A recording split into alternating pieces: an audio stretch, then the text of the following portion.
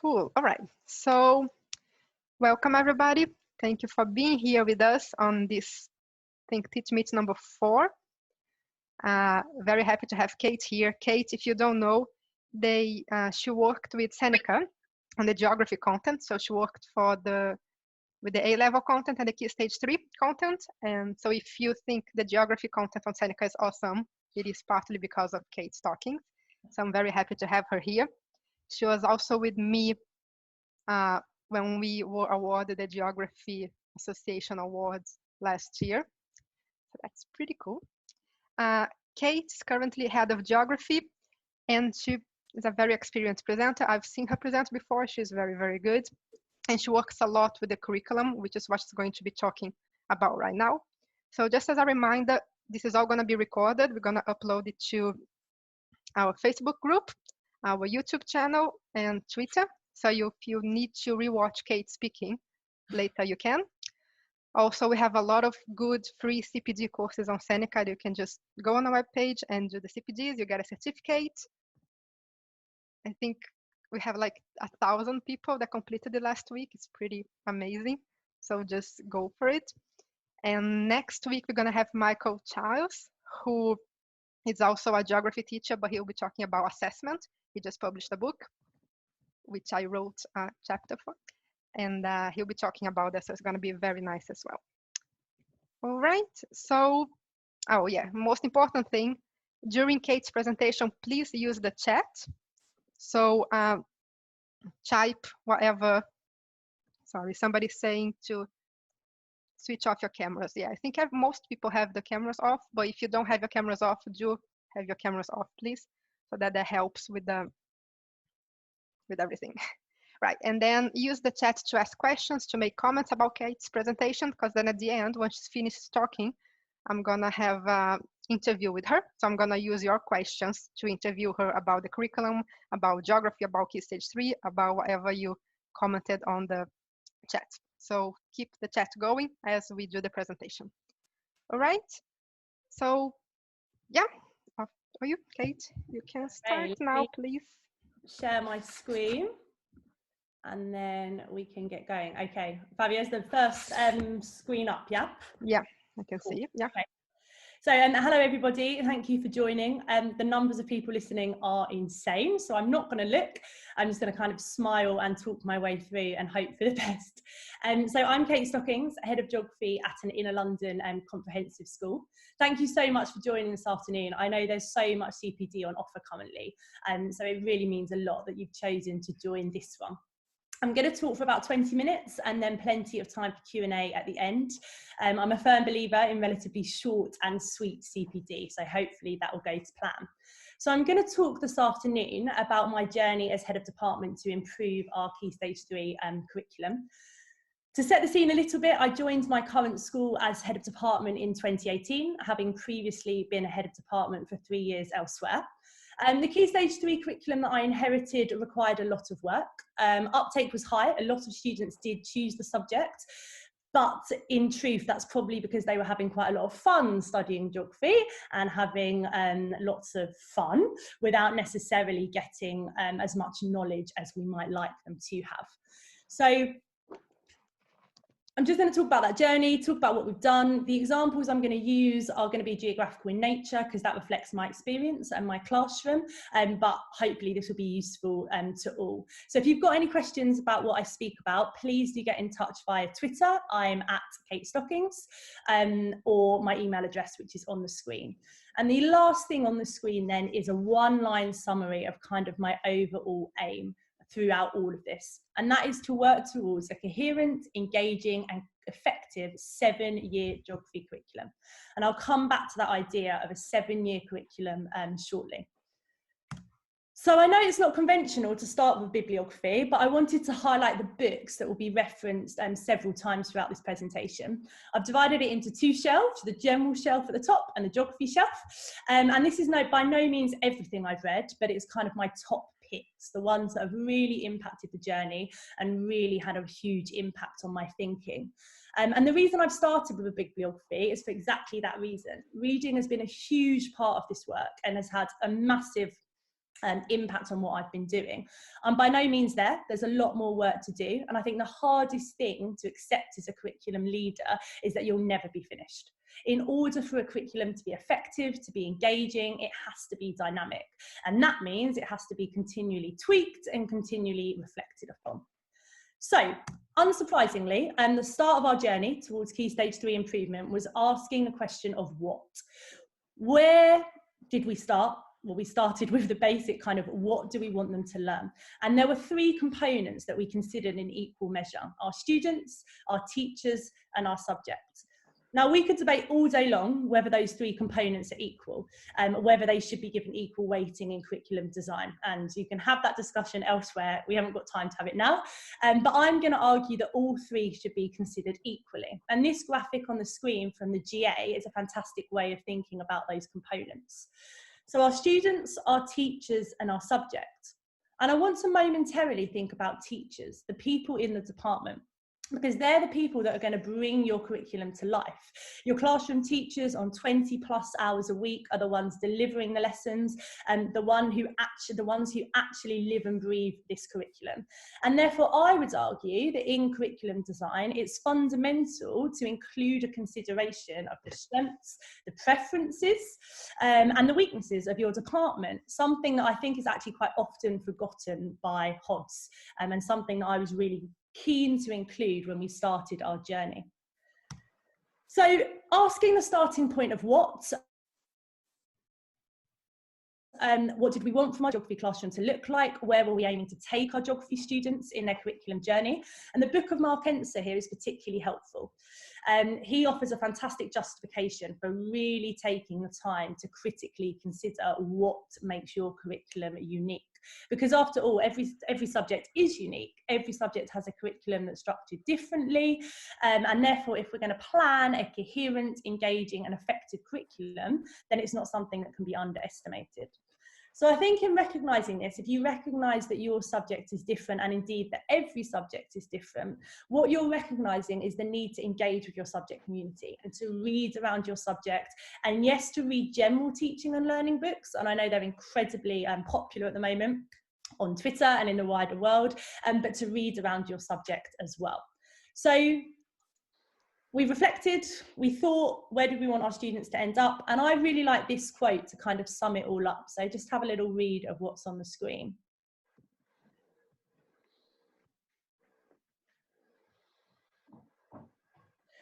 So as a result of taking the time to think about what we wanted to achieve and where we wanted our students to end up, our curriculum rationale was born.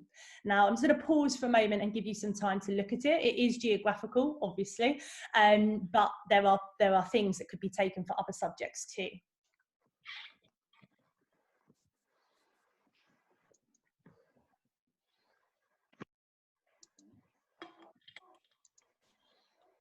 So, of course, there was a risk when we wrote this and when I shared it. There was a risk that this was going to become a top-down vision, shared by me, shown to SLT, shown to external visitors, and that's it. And it would be a document that was only brought out for certain people. I'm trying not to mention their name because I don't believe curriculum kind of design should be done for one particular set of people that might come and see it. And so that was the danger with this. And my challenge over the last academic year has been to ensure that that isn't the case. So how do we ensure that this is a living, breathing, dynamic document that articulates our vision for geography? And for me, the key way to do that has been to refer to it regularly. So in our departmental meetings, we pull out this vision, we talk about which bits we're doing really well, we talk about which bits we're still not doing well and what we need to work on. So we knew where we wanted our geographers to end up. That is in front of you on the screen. But how are we going to get there? What did we actually need to teach our students to achieve our aims? And this was perhaps the most challenging part of this curriculum journey for me. Fundamentally, why were we teaching what we were teaching? And to use some geography examples, as a department, we knew we wanted to teach them about river processes. So we knew we wanted to do how a river changes as it travels from the source to the We knew we wanted to look at superpowers and reflect on whether or not the Chinese century would be the 21st century would be the Chinese century. But why? Why had we selected this content as the most important content to teach above the huge array of other topics that we could have done? Well, in thinking about answering those questions, I was a bit overwhelmed, and I will happily admit I was very overwhelmed with kind of why and how to do that. And I had to take a step back from focusing on the lessons and think about the bigger picture. What is it that underpins our curriculum? So I've actually typed up what I'm about to say on the screen, and I recognised that what was needed was a decision on the big subjects. What are the meta subjects that underpinned our, the meta concepts that underpinned our teaching? And as Jones and Lambert explained, what I was after was meta concepts that sit above the substantive material that make up our schemes of work. So I wanted a list of concepts that I could work with in our curriculum to express why we were teaching what we were teaching. And the reason I wanted to do this was to ensure that we were seeing our curriculum as a 7-year journey, rather than just delivering little goblets of knowledge. And there's a quote from Peter Hyman that's particularly of value here at the bottom of the screen now. I wanted to ensure that we were resisting the pull of exam pressures and not reducing the rich heritage of our subject to unsatisfying goblets of knowledge. So that was the overall aim. And through doing this, I wanted to ensure that the thought process involved in planning our curriculum this way, we were overcoming the curse of knowledge. The curse of knowledge, something that Tom Sherrington explains really well in his book, Rosenshine's Principles in Actions. Basically, as teachers, we forget what we know. We forget the building blocks and the stages that we went through to build up our knowledge. And therefore, that makes it incredibly difficult for us to map it out for novice learners. So I put that bit of text on the screen because I didn't want to misquote the quotes and I didn't want to forget what I wanted to say. So that is kind of the rationale as to why I wanted to do what I've done. And if anyone's attempted to map out the key concepts of a subject, I'm sure you'll agree it's not easy. It appears geography has it particularly difficult. In history, as I understand, there's kind of a general consensus on their key concepts. So cause, consequence, significant, and change. Yet in geography, the debate very much rages on. So in the fantastic book of Margaret Rogers from 2013, Geography Through Inquiry, she gives the following table. And whether or not you're a geographer, this will help to show you the disagreement over key concepts in each subject, because we've got Clifford et al. There who have 11 key concepts, whereas Taylor 2008 has just 4. So if your subject, similar to geography, has a huge disagreement over key concepts, we need to find the balance. And the balance for me was that I knew I wanted concepts that were powerful and that reflected our departmental priorities, yet they needed to be achievable and workable at a classroom scale. So what I mean by this is that if I was to choose 4 concepts to underpin our curriculum that were so fundamental... What about geography? That they were... If I was to choose concepts that were so fundamental to the subject that they occurred in every lesson or every other lesson, then that wasn't really going to be workable for us, because what we wanted to be able to do was distinguish the progression between schemes of work. So my final opinion didn't come from here, our final decision didn't come, but rather it came from the ALCAB report. And the ALCAB report was the report done ahead of the implementation for the new A-levels. Now, I had to look at other ALCAB reports prior to this webinar, and indeed they do exist for most subjects. And you've got the MFL, Maths and History one just on the board to show you. So these reports were written really interesting reads, and they proposed the key content that every student should cover by the end of A-level, regardless of what examination boards they were on. So for me, this was a fantastic kind of list of key concepts, and the ALCAB one for geography came up with 12. Now, fast forward a few months to when that became the Department of Education subject content, and they tweaked the final list to 15. So it's worth checking both documents, the ALCAB report and the final Department of Education subject contents, to see the list of concepts that they think and that the academics feel are particularly important for success at A-level. And this was the kind of thing I was after. This was what we decided we were going to pin our curriculum around, thinking about that idea of a 7-year journey. Because in practical terms, these were more specific than those big organising concepts. And it links to what I said earlier about being able to be workable on a classroom level. They were broad enough to encapsulate the diversity of the subject, but specific enough to work at a classroom level, I felt. So after much reading and consideration, a decision had been made. We took 8 from this list to underpin our Key Stage 3 curriculum. And before I kind of talk about what that then looks in the classroom, I thought we'd break for a little activity and reflection. So what I'd like you to do, just for a few minutes, is have a go at coming up with the key concepts in your subject, and perhaps do them on a continuum from the most concrete to the most abstract, whereby concrete is kind of a firm definition, whereas abstract is harder to get your head round. And then if you can, divide that list of key concepts up into which ones you think are most applicable for your Key Stage 3 curriculum. So I'm just going to pause there, give you a couple of minutes to think about that for your own subject. There's absolutely no right or wrong answer, which is part of the challenge. And so I suspect you'll all come up with a very different list.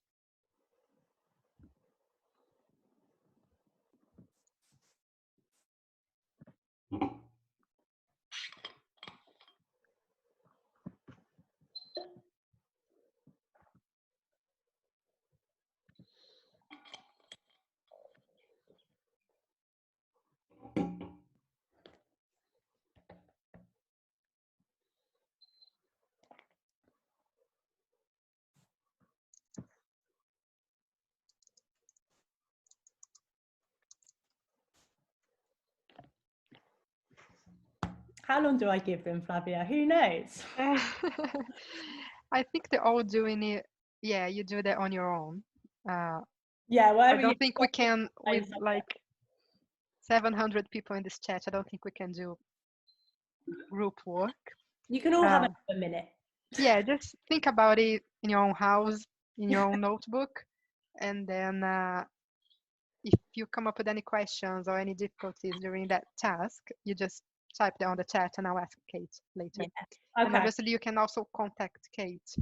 Maybe we can do that on Twitter after all everybody shares. Yeah. What you did, that would be great. And then Kate can comment and give you an assessment. No, not really. Just the concepts in every subject, which I'm absolutely not. Okay, so let's keep going then. If you've managed to come up with a list, awesome. If you need to do some more reading around what the key concepts in your subject are, then do, and we can discuss over on Twitter. So obviously, if this was in real life, we would now kind of discuss and hear from different subjects and hear what you came up with. And if we were able to do that discussion, we would realise that we all have a very different opinion. Yeah, there we go. A very different opinion, because the precise meaning of concepts, regardless of what subject we're talking about, are very debated. Nobody kind of agrees on all of them or agrees on how abstract they are. So, as I said previously, I wanted a workable and practical list. And what we came up with were these 8 on the boards. Those 8 taken from the 15 originally. And as you can see, through taking 8 key concepts, we were hoping to achieve a rich and varied curriculum at Key Stage 3, with the aim that as many students as possible would continue their geography into Key Stage 5. And the idea of this was not that we were seeing Key Stage 3, therefore, as a distinct key stage. We weren't seeing it as a foundation for GCSE, but we were seeing it as a fundamental part of a 7-year journey.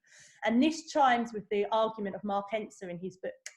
Instead of asking what progress should students make this term, let's ask what progress they should make between key stages, because we want to increase their knowledge on a range of topics, but we want to do this in a way that ensures they've got enough depth to reach sophisticated conclusions.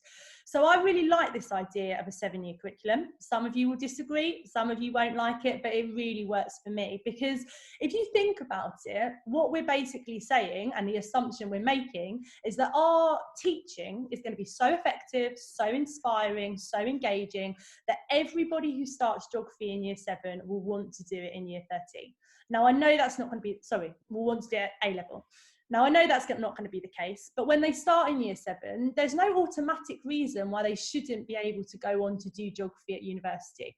So let's set them up, and let's have a coherent curriculum that sets them up for success. So by finalising these key concepts, we'd decided the what, and we'd also answered the why, because we had decided why what we were teaching was so fundamental. And there was going to be no wasted years in our curriculum. Our key stages were all coherently linked. So this is how it all comes together. Here's our Key Stage 3 curriculum map. And what you'll notice is that each topic is taught through a thirtile question, a big change for us this year. Now, this hadn't been the case previously. It's not something I'd worked with before, but it was a whole school change led by our lead practitioners, and something that geography has wholeheartedly embraced. Now, it's worth mentioning here that we haven't shared the key concepts underpinning each scheme of work with students. And the concepts were for us as subject specialists, and for us to discuss with regards to our lesson structure, with regards to the priority of that topic, but we didn't share them with students. Now, that might change. We might change that in the future, and I'd be interested to hear your opinion on whether or not you think you should share the key concepts with students, but we haven't. And if you look at this, you can see that the answer of when was answered for us as well. Because by making this curriculum map, we were able to see when each key concept was introduced, when it was addressed and developed, and therefore we could be really critical about our curriculum sequencing. And of course, in geography, as in so many other subjects, drawing synoptic links is fundamentally important. And we were able to draw the links ourselves by seeing when each of those concepts were revisited.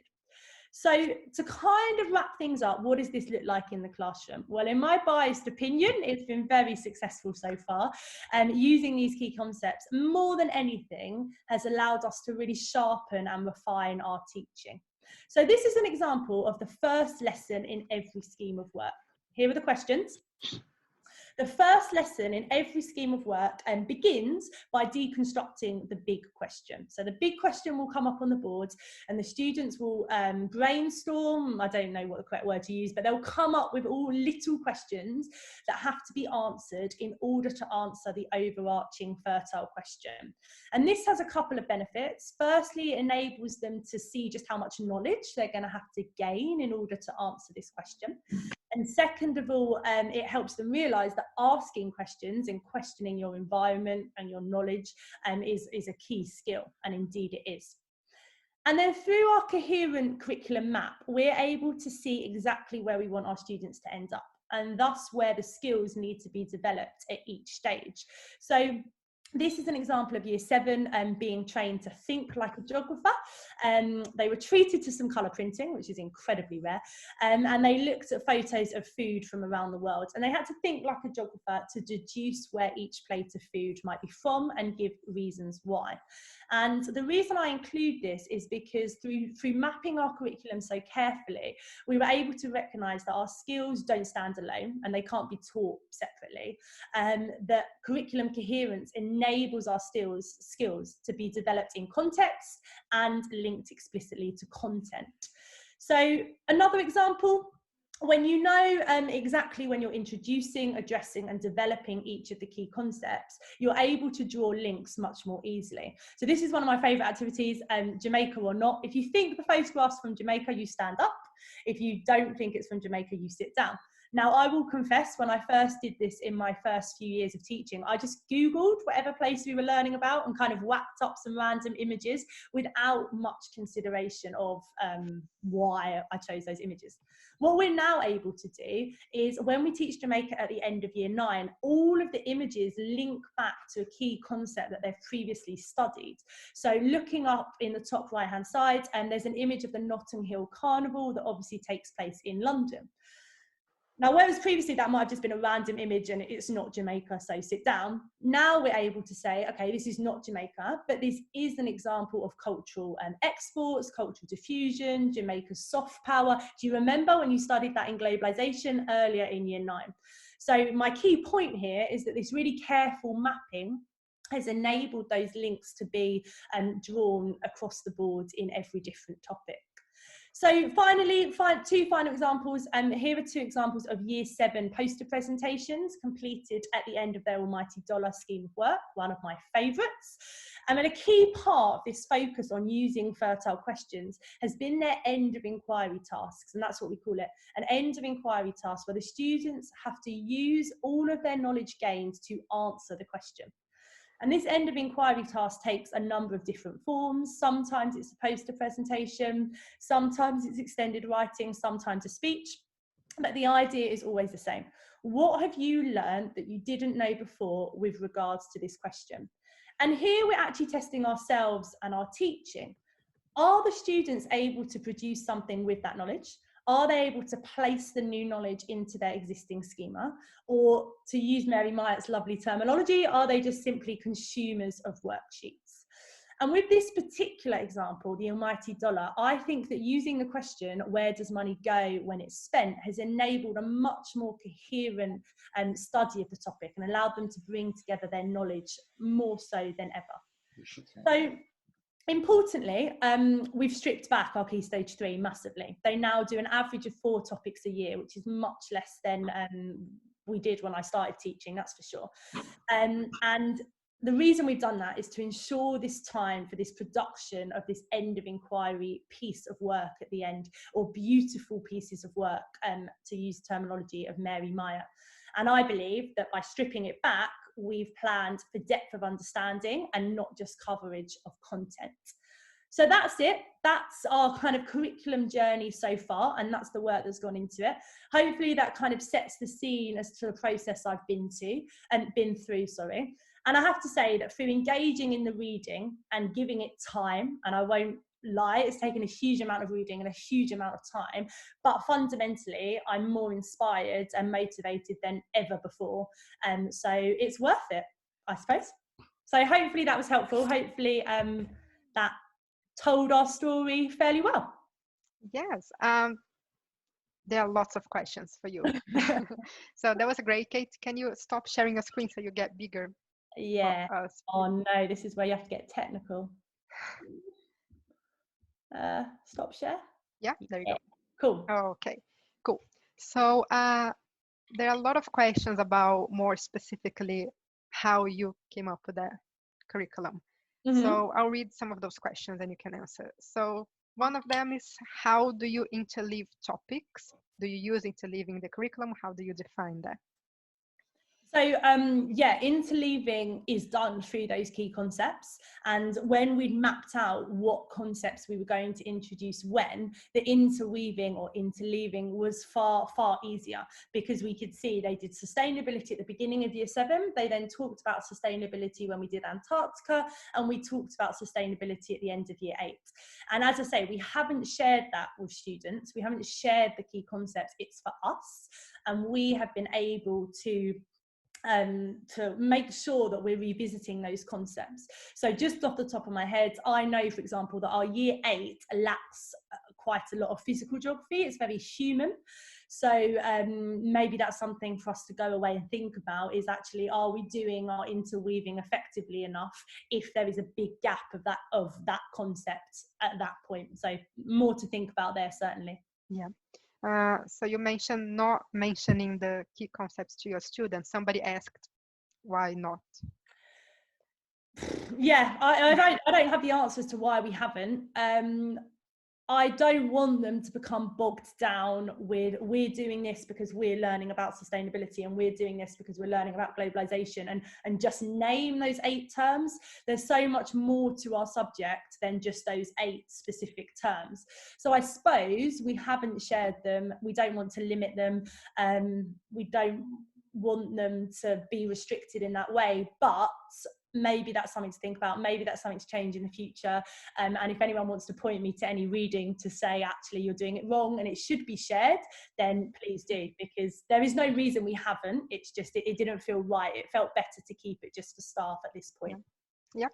A lot of people asked how similar or how much do you take into account the national curriculum when you're creating your school curriculum? Well, I should be very honest in that we're not an academy, so we have to follow the national curriculum. But I did not design that Key Stage 3 curriculum with the national curriculum in front of me. What I did was, we designed it, we're very proud of it. I then sat with the national curriculum and was like, oh, it just so happens we do everything, because actually I know the national curriculum gets quite a lot of stick, quite a lot of people debating it, but the geography one's fantastic. And I would argue that if you're teaching good Key Stage 3 geography, then you're going to cover the national curriculum anyway. And if you're not covering the national curriculum, then why not? Because the national curriculum is a list of fantastic geography. So I can find it all in our Key Stage 3, but it's not explicitly mapped out, because that was the curriculum I inherited, whereby it was literally topic by topic, word for word, national curriculum, and it didn't work coherently for me. Yeah. Some questions about how do you, especially for geography, I guess, how do you connect while you're teaching to students' life experiences and whether they're coming from different backgrounds? How do you take that into account? We took that into account by our topic choices. So the Almighty Dollar, for example, is based on a book and it follows a book, but the countries that it just so happens that the countries that are included in that topic actually reflect a lot of where our students are from. So student experience is in there. It's in there a lot, but it's not, again, it's not explicitly mapped out, because good geography kind of covers the globe and covers experience naturally. So it's not something that we've explicitly mapped out, but it's certainly in there and it's certainly taken into consideration. Yeah. Well, about assessment, several questions about assessment, how you do formative assessment, summative assessment. Is there already defined the curriculum? So the end of inquiry task is something new. In my first couple of years teaching, I didn't do anything like that. We criminally, I suppose, didn't give them the time to actually produce something beautiful with what they've done. And so we do formal assessments, and we do 3 times a year do a test, an end of topic test, quite traditional, because that's instructed at a whole school level from SLT for data drops.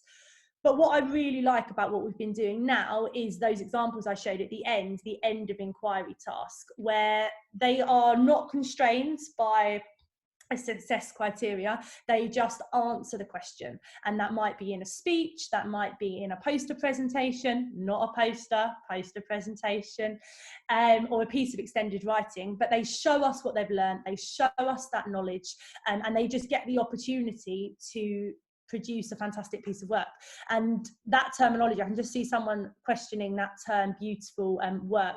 That terminology is stolen from Mary Meyer in her book about curriculum, and where she talks about giving students the opportunity to show what they can do with that knowledge, which has been something that we've really tried to include here. Yep, sounds good. We have teachers from not only geography here. So some of them are asking, do you have meetings with teachers of other subjects when you define the curriculum, or is it like each subject to their own, or do you try to have the same pattern? We're trying to do more working across the board. Obviously, time, as ever, is the big thing. It's difficult to match up who's doing what at what point. So a little bit, but not enough. That's definitely something to work on. I've just seen someone kind of say that they're an English teacher and they would struggle to know what concepts because there are so many. all I'd say there is there are some geographers who are not going to agree with my decision, and they would argue all day long that the 8 I've chosen are not correct. And that's their opinion, and that's fine. And they are more than entitled to that. There is a huge, like English, there is a huge array of different concepts we could have used. So to anybody saying, you know, kind of, oh, I'm not sure I could do this in my subject because there's so many, well, have a go. Be confident in your decision, be confident in your justification. Like someone's just written there, you've left out place, space and environment. Well, yeah, I've missed out those because, as I said, they were too broad for me. They were, you know, I don't teach a geography lesson where I don't talk about place. So if I started mapping my curriculum by using place, every single lesson would have place in it. And that wasn't what I was after. I was after something more workable on a smaller scale. So yes, geographers do not come at me going, where's the place, where's the space? Obviously, they are fundamental to our discipline. But this was about designing a curriculum, and therefore they had to be a little bit more workable. And so to the people kind of saying, what concepts shall I use? Do some reading, see what people's opinions are, and then go with yours and justify it. Yeah.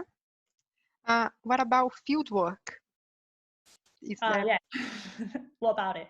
Where does that go? Where does How does that fit in the curriculum? They do year 7. It's within it somewhere. All right. And so year 7, they do it in what skills do I need as a geographer. Year 8, they do it in how is the UK changing, and year 9, they do it in globalisation. So it's within there, but again, I wanted to move away from a topic of just field work and see it as a bigger picture. So it's all in there, it's just hidden slightly to make it coherent, and it works for us. Yeah, there is a question somebody asked that I think is a good one. How much does the exam board that you choose or your school chooses to follow on GCSE influences the Key Stage 3 curriculum, or does it not at all? Well, it does. I would be lying to say it doesn't, because obviously I know our Key Stage 4 curriculum inside out. I know our exam board inside out, and I know what we're setting them up for. So I would be lying if I said, oh, we ignored Key Stage 4 when we made our Key Stage 3. We know what Key Stage 4 involves, and therefore we set them up for that. But our Key Stage 3 is not a mini GCSE by any stretch of the imagination. The thing that is most explicitly mapped is the terminology, and I'm a big promoter of vocabulary and terminology at Key Stage 3, and that is mapped to GCSE. So we make sure we use the same words, we make sure we're building up the same language. But our Key Stage 3 is not explicitly linked to Key Stage 4. However, I think any teacher that says it has no influence is slightly delusional if they forget how well they know their Key Stage 4, and obviously every decision is slightly based on that knowledge. Yep. Some people are still asking questions, so if you see something you want to answer, go for it. But I have the ones that I wrote down during There's some ones about the ALCAB reports. Yeah. So the ALCAB stands for the A-Level Advisory Board, and they came out, they were written by academics, written by higher education before the new A-Level specifications were published. So I can't speak for every subject, but there is certainly the Department of Education subject content for GCSE and A-Level out there, which is not board specific. So it's what the Department of Education have said a successful A-Level mathematician, French speaker will be able to do. And if you can find the reports that informed that, that's incredibly I apologize, but maybe it is out there. Just look quite hard. Ask on Twitter. That's my answer to everything, is ask on Twitter. There are some questions about asking you to expand a bit more on meta concepts and the difference between big ideas and key concepts. So how do you introduce meta concepts to students, and whether big ideas and key concepts are the same thing or not? So again, the problem is we haven't introduced them as explicitly as concepts to students, and people may disagree with that. Obviously they know about development, obviously they know about globalization, but we haven't explicitly said today you're learning about a river, so that, sorry, for the next 6 weeks you're learning about rivers, so therefore you are learning about the key concept of physical systems. We've not made that link. As I say, that might change in the future. I'd be very interested to have that conversation with anyone. And we haven't done that. So in terms of the meta concepts and the big ideas, we haven't made them explicit.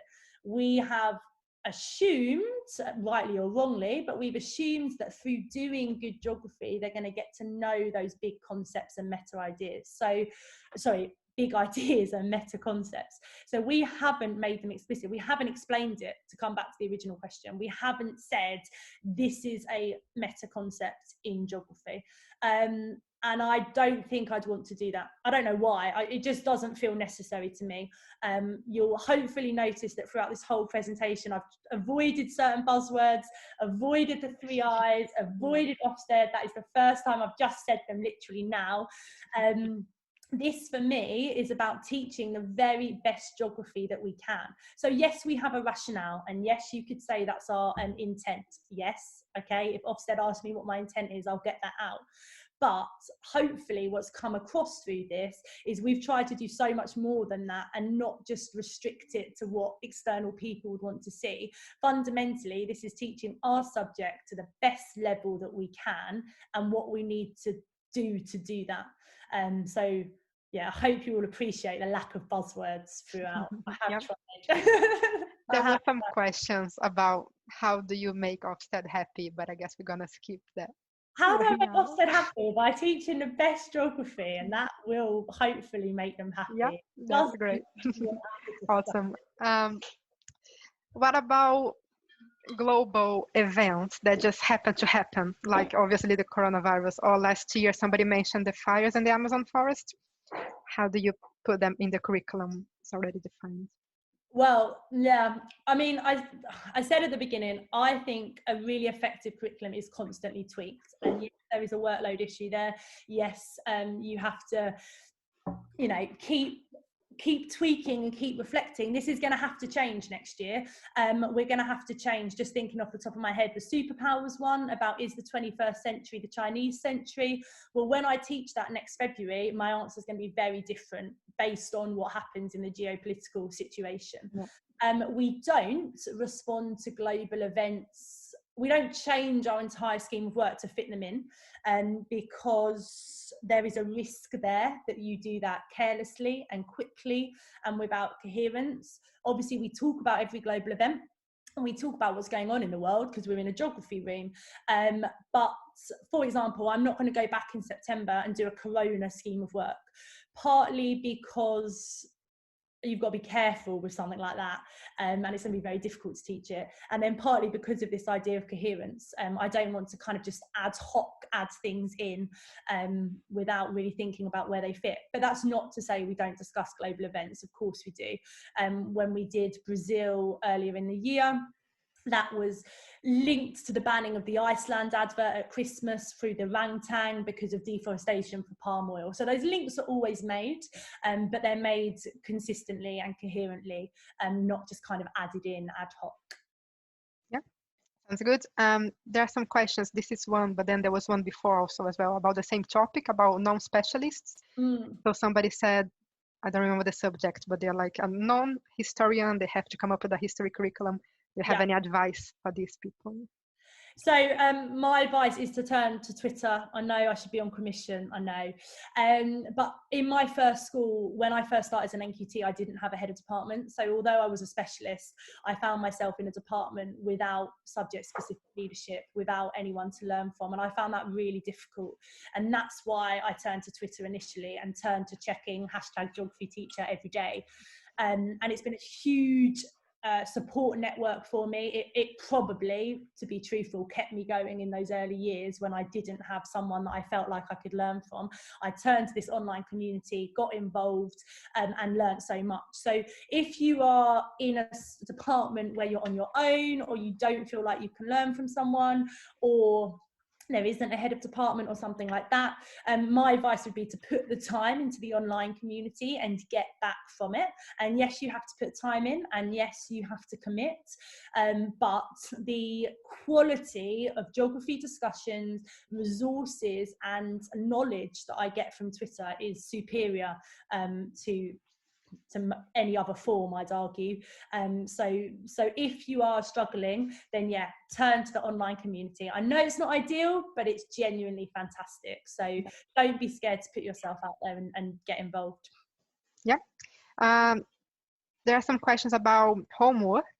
What kind of homework do you give your students? Is that planned when you define the curriculum as well? Our homework is probably not explicitly mapped out as in some other places. As a head of department, I've kept quite a lot of flexibility there, because I just think flexibility is the way forward, really. So because we see them 3 times a fortnight, so we don't see them as much as maybe other core subjects. So because we see them 3 times a fortnight, you kind of almost have to have a bit of flexibility, because sometimes there'll be 4 days where you don't see them, sometimes there'll be 2 days, etc., etc. So our homework is not that well planned out. It tends to be around questions based on what they've done in class.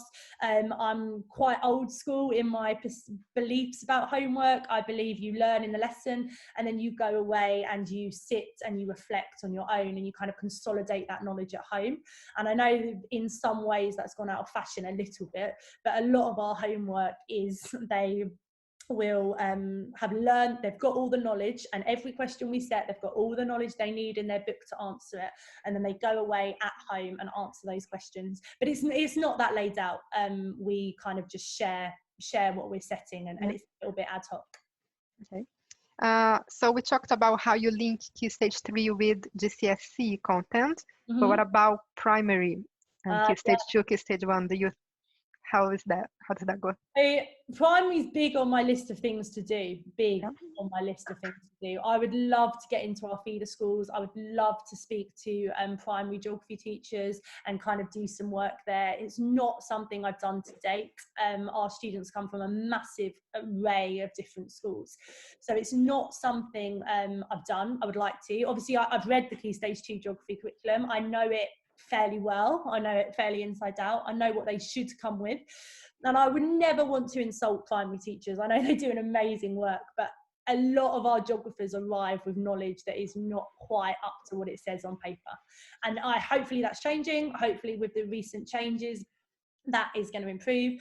But a lot of them can't tick off a lot of what's on that national Key Stage 2.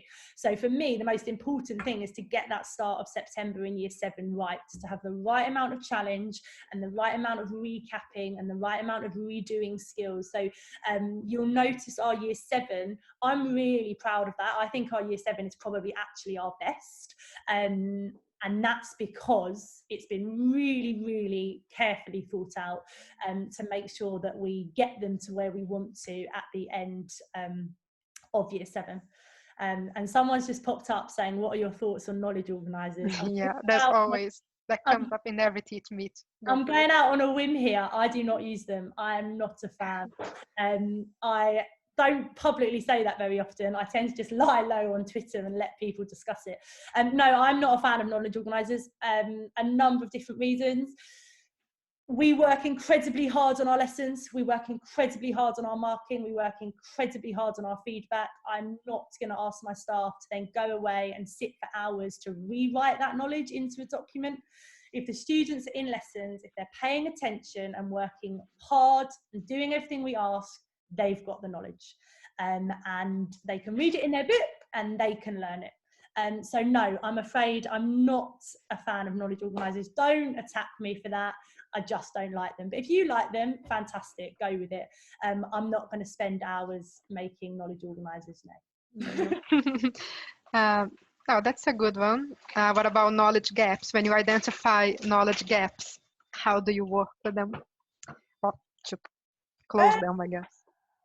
I think, well, how do we work to identify knowledge gaps? So key is being ambitious. We're very ambitious at the start of year 7, actually throughout year 7, with what we want them to learn.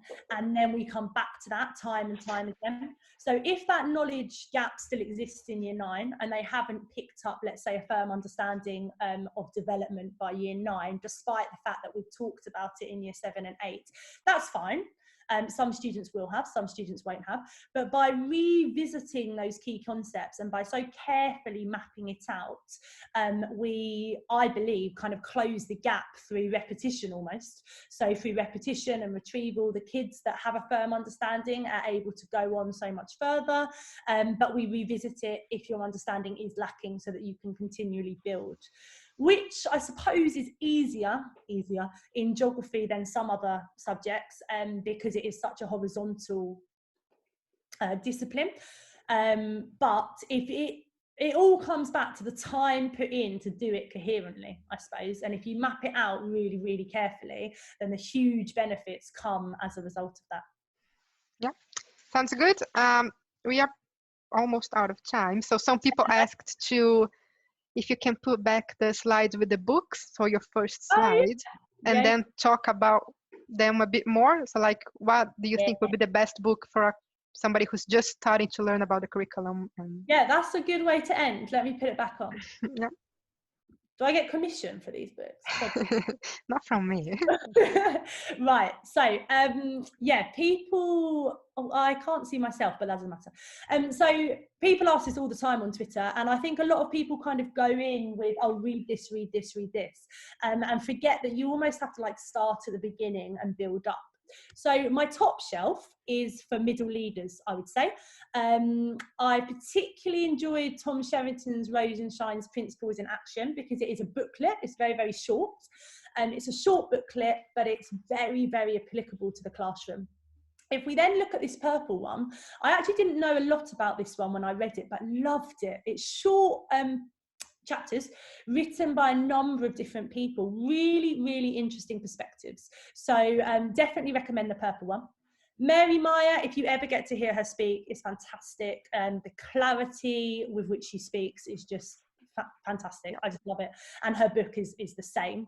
And then over on the right, What Should Schools Teach? This is a bit more academic, a bit more kind of big thinking. It's one chapter for each subject, so you probably don't need to buy it. Like, get it from your school, in other words, because you'll only be reading one chapter as a subject leader.